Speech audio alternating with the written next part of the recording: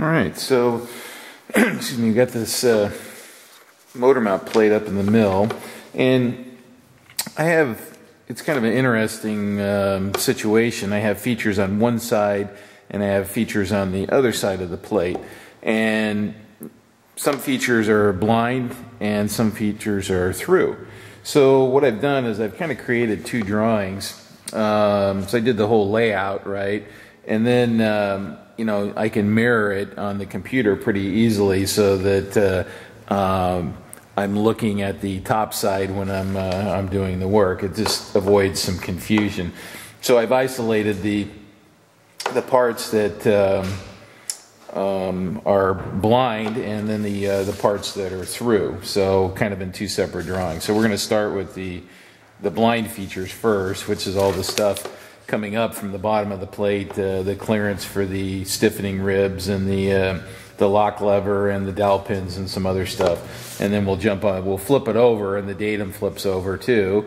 And then we'll do the other features on that. So let's get some tools out and let's get carving on this thing. So, all right, so just poking some starting holes here. Let me get on the, gotta pay attention to my numbers here. 106. So this is a 1/2-inch diameter drill. And I'm running about, I don't know, 650 RPM. And what? Oh, this is this anchor lube that Stan gave me, and I have the windows all closed up, so it actually kind of works pretty good because, and I'll admit that the smell is basically non-existent. So it's kind of nice that way. So I'm just drilling the ends of this slot here. That way I just have a kind of a definitive, you know, end marker. Yeah, there's a little smell with this stuff, but it's not bad at all. It's certainly better than the smoke that the oil makes. And you know, some guys will, hold on a sec here. 70. Some guys will note that I'm not using a center drill or even a pilot drill. So, you know, anything up to about a little bit bigger than 1/2 inch, you can, you know, you can push it by hand pretty easily. So a lot of guys do a lot of steps enlarging holes. That to me is just a little bit of elbow grease. 4.5. Once again, I got to pay attention here, or else I'm gonna pull a Mr. Bozo Bozo move. Okay, same end point. Yeah. Okay, good. All right. So anyway, you can see that, you know, if you keep your tools sharp, you can, you know, you can poke it right in there. Now, you know, I'm pushing on it, duh, right? But you know, that's why they call it work, right? Alright. And this is a really good reason why you should learn how to sharpen drills and all that stuff, because it's nice to have sharp tools. So I'm looking at this hole. I'm going to stop when I kind of visually line up. Alright, then I'll look at my numbers. Alright, and you can see that I wasn't too far off the mark. So there's little, you know, time-saving stuff that you can do to kind of speed your work.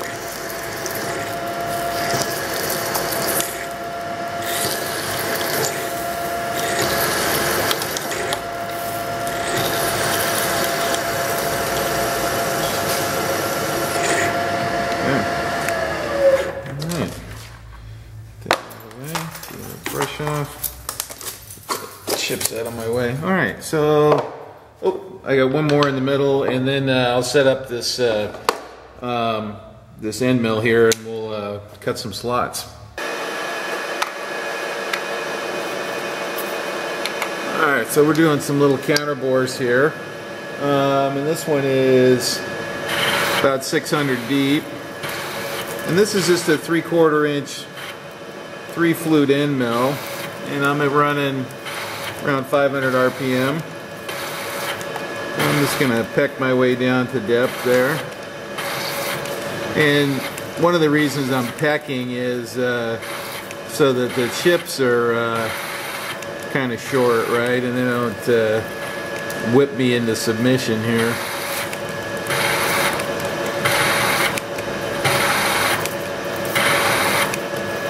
And this is just a high-speed coated end mill here. Nothing fancy. No carbide.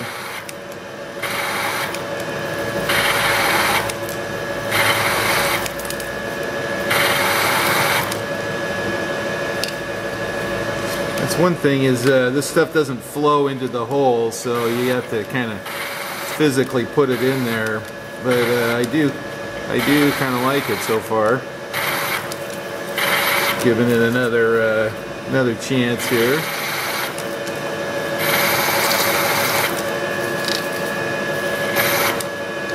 All right.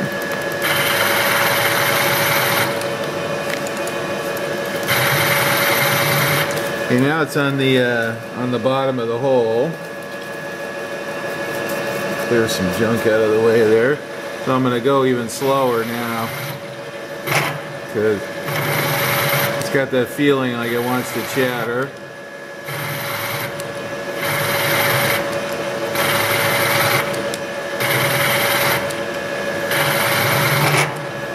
Yep. So the cure for that is to go slower. Not that slow. So let's try 300.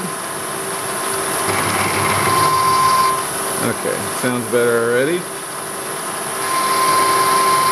We don't have much left. It's just right at the bottom of the hole. It's cutting on the flat, which there's no more relief hole. So it's got one effective flute on the bottom. Okay, 8 thousandths to go.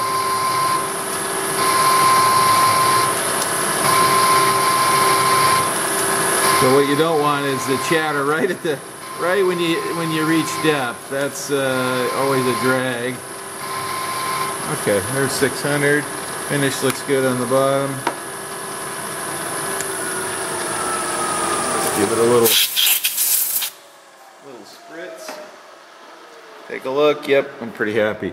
Okay, so this one here also gets a 750, and so we'll go ahead and do that one too.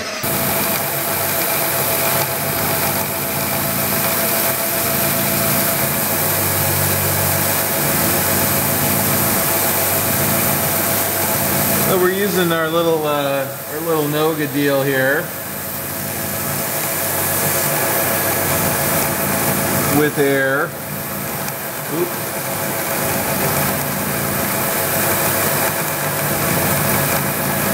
Give us a little cooling there on a long cut. And this is a roughing end mill. So it's a blind pocket, so it's going to fill up with stuff. There's not much you can do about it unless you really flood it, which I'm not really wanting to do.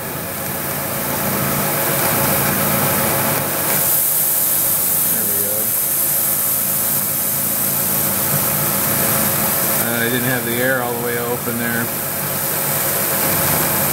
But you can see, you know, these roughing end mills they're low cutting pressure, and they just march through this steel.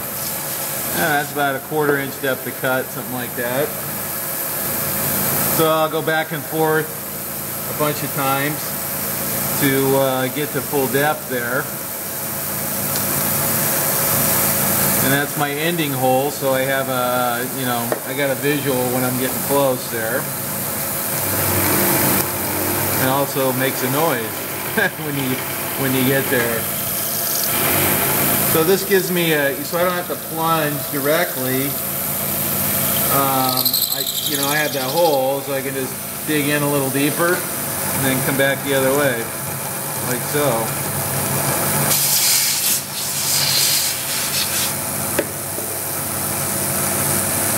And I'm not babying the feed here.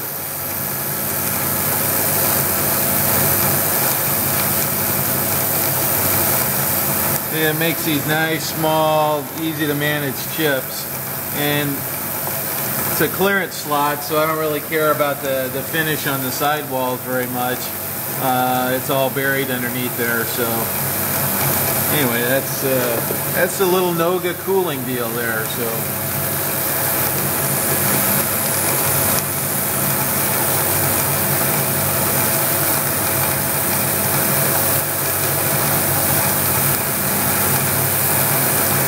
And we're running about 600 RPM, and that's a 1/2" diameter cutter. And feed's pretty good here. I can slow that down a little. And you can see it's making a little bit of heat, but nothing alarming. Excuse me.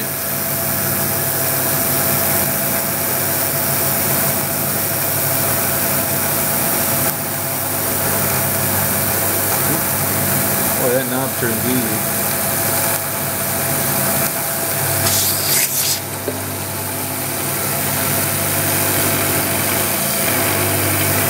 Alright, so rinse and repeat.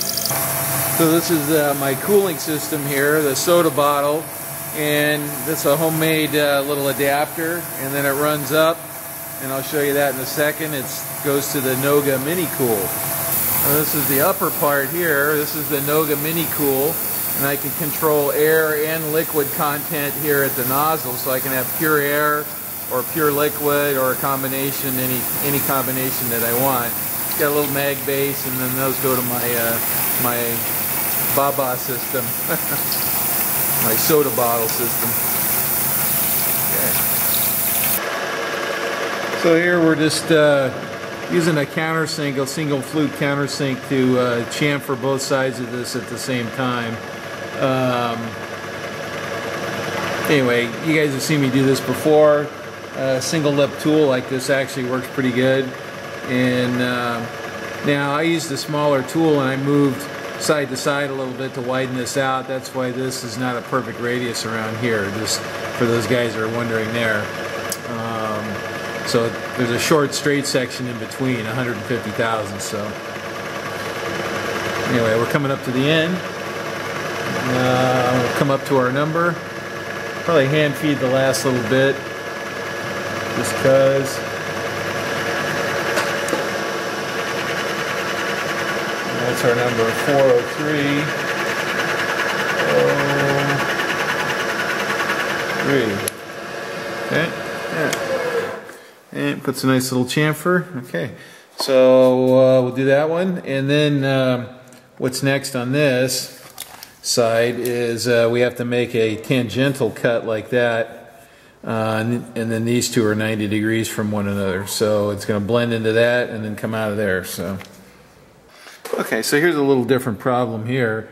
I don't know, you may encounter. So we got a kind of a shallow flat bottom hole here. And I want to put a little chamfer on the edge of that hole. I want to machine it on, not use the whirligig hand deburr. And the point of the countersink projects too far, and it bottoms out in the bottom of the hole, right? So I really want to grind one of these off. So I have a couple of boring tools that that have a little 45 on the corner, and so you can set your get the low range here. Set your boring head. Oh, let me back up there for a sec. Set your boring head, and I'll drop it down. Actually, it looks like I need to come out a little bit more. So you got to get the radius kind of right so that you can come down on that corner. A little more. Okay, so it looks like I'm kind of hitting the middle of the flat there, or the middle of that 40, the hypotenuse there. All right, so let's come down and we'll give it a little scratcherino there, and we're just visually looking for it to be like the others. Right about there. That's pretty good. Okay. So anyway, that's one way you can take care of a shallow hole like that that you can't get a countersink into. Thought you guys might like that. Okay. So our next operation here is we want to mill this business out here that's kind of tangential to that.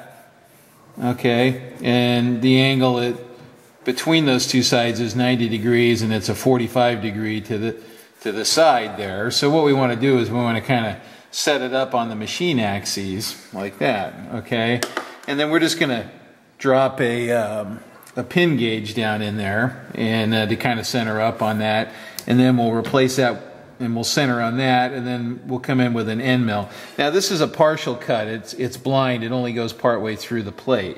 So I got one of the mini pallet plates here, and we're going to set up on this. Actually, I think I'll set it up so the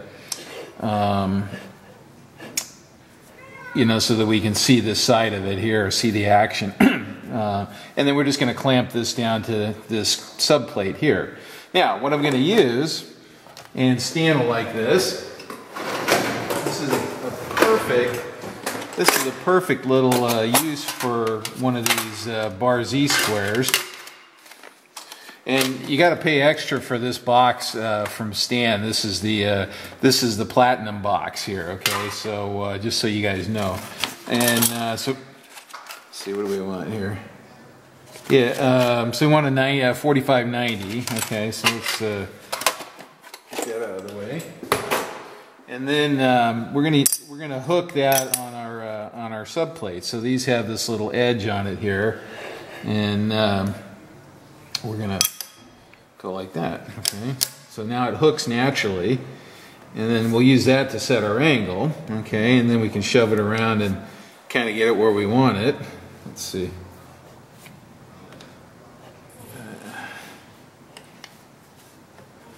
Kind of like that. That looks pretty good. So I can get a clamp there, I can get a clamp there, and I can probably get one right there. Okay, so now what I want to do is I think I want to pin this thing down here so that this heavy plate, it's easy to move that just by kind of bumping it. So let's pin that down.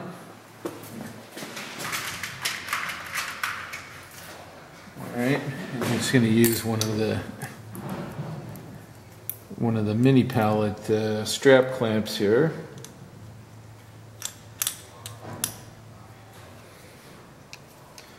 Stan sells these squares, so you can go to Stan's channel and find all the information you need if you want a set of these. He puts them in a nice box and all that. Okay, so we're going to come up, we'll touch to that, then we'll kind of get this where we want it. Yeah, okay, I kind of like that. So then we'll put some clamps on that, and then we're going to pick that up. Actually, I probably should have picked that up first. Well, maybe we can still do that. Alright.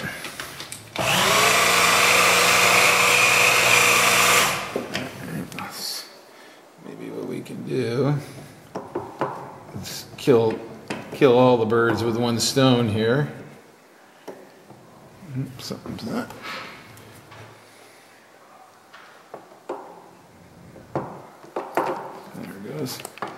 Alright, so we're in there.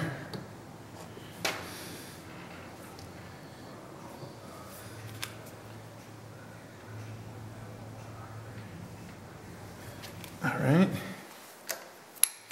double check that. Okay. Alright, kind of like that. And, this is just a relief for the, I don't know, it's the carriage lock, I think, that's what that is. Alright. So we're just going to pin this down with one clamp here. Okay, and then we'll just kind of double check that, make sure it slides in there nice. And before Mr. Bozo comes to town, we'll zero that so we remember. All right, let me get some more clamps on there, and then we'll get a little end mill, and then we're just going to whittle that out of there. And the depth on that is about 800, so it's going to come down something like that, and all that business will be gone. All right, let's do that. All right, so just to give us some guidelines there, just so we have something to kind of keep our eye on while we're machining. All right, so there's a little line.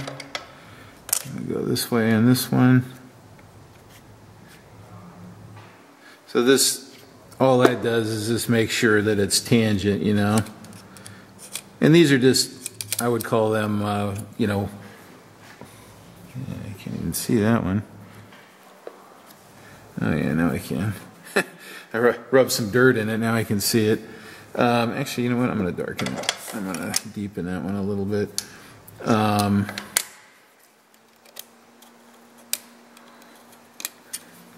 They're just kind of, you know, hey, don't go over the line kind of stuff. And you know you're getting close to your numbers when you're getting up close to that line. So we're gonna, you know, this isn't the most bulletproof setup here. You know, these clamps are really good, but you know we don't want to use a 1-inch end mill to come in there, or even a 3/4. So we're gonna come in there with a smaller end mill and whittle that away, just because the, you know, small tools, small pressure. So that's what we're going to do. We're going to whittle that away with something that will reach, but is a smaller diameter. So.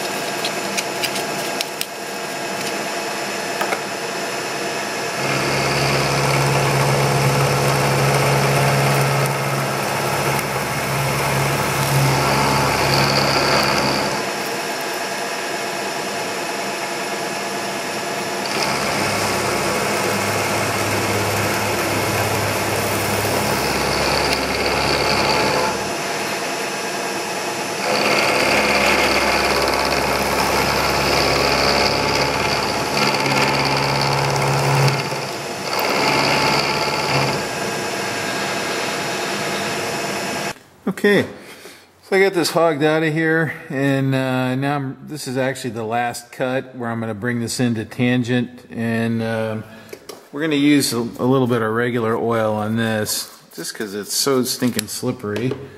On line there. Okay, so I'm just keeping my hand on it to feel for any weirdness. I'm just going to go at it real easy.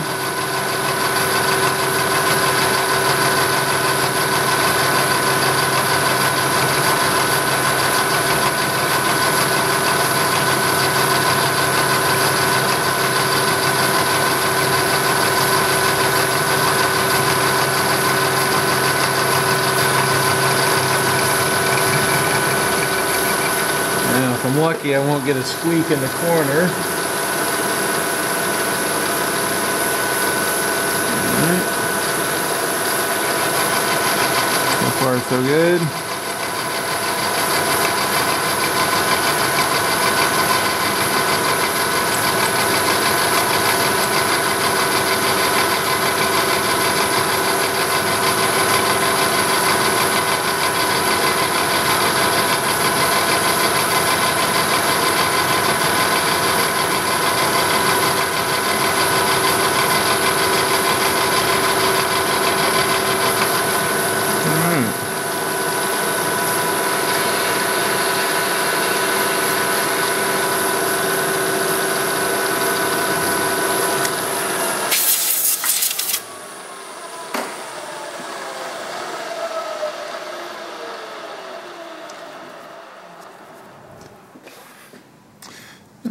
Still got a little bump there, but it's a finger relief. So, you know, I tend to come up short on making a tangency like that before I go too far. If you go too far, there's nothing you can do to make it look better, and if you come up short, it looks okay. So, although, let's just do another 2. You know, you can't leave well enough alone, right? It's the way it is in this game.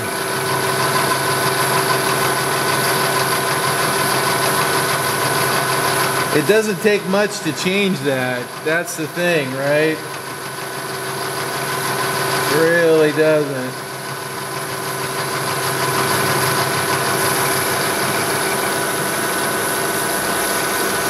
There's 2 on that side.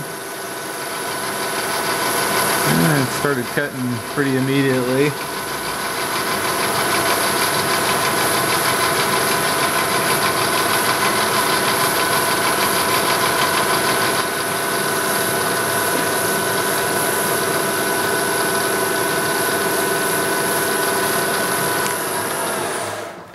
Your finger is a good gauge in this situation. I could still go a little more. You know what? I'm just leaving it. It's upside down and buried underneath this thing. I don't think it's worth going after. Alright, so we'll put a little chamfer on that. If I don't cut myself, put a little chamfer on that, and then go to the other side.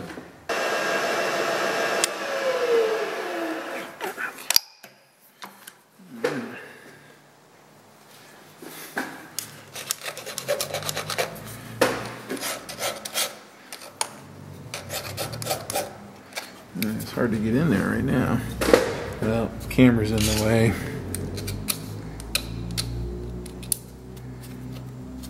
Alright, so chamfer. Damn, I want to deburr that, but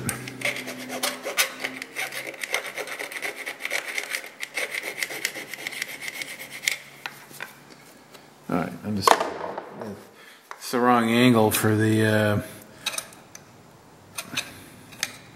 it just happens to, you know, be the wrong angle for the file tooth. It's catching and sliding along it. Okay, so we're going to pop this out, deburr this, and move to the other side.